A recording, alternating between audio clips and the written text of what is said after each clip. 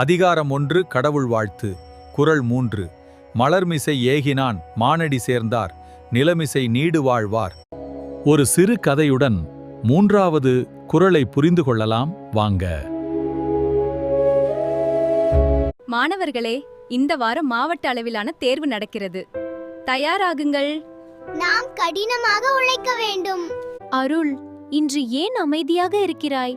அம்மா, தேர்வு பெரியது, நான் நன்றாக எழுத வேண்டும். கவலை எதுக்கு அருள்? நீ தினமும் படிக்கிறாயே.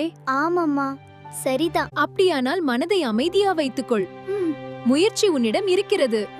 இப்போது நம்பிக்கை வை.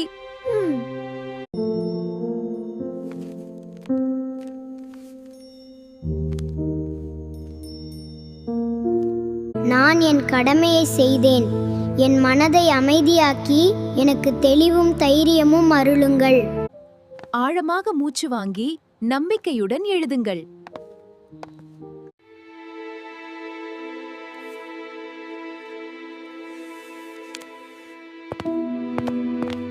மாவட்டத்தில் உயர்ந்த மதிப்பெண் பெற்றவர் அருள். உன் கடின முயற்சியும் மன அமைதியும் தான் உன்னை இந்த உயரத்திற்கு கொண்டு வந்தது.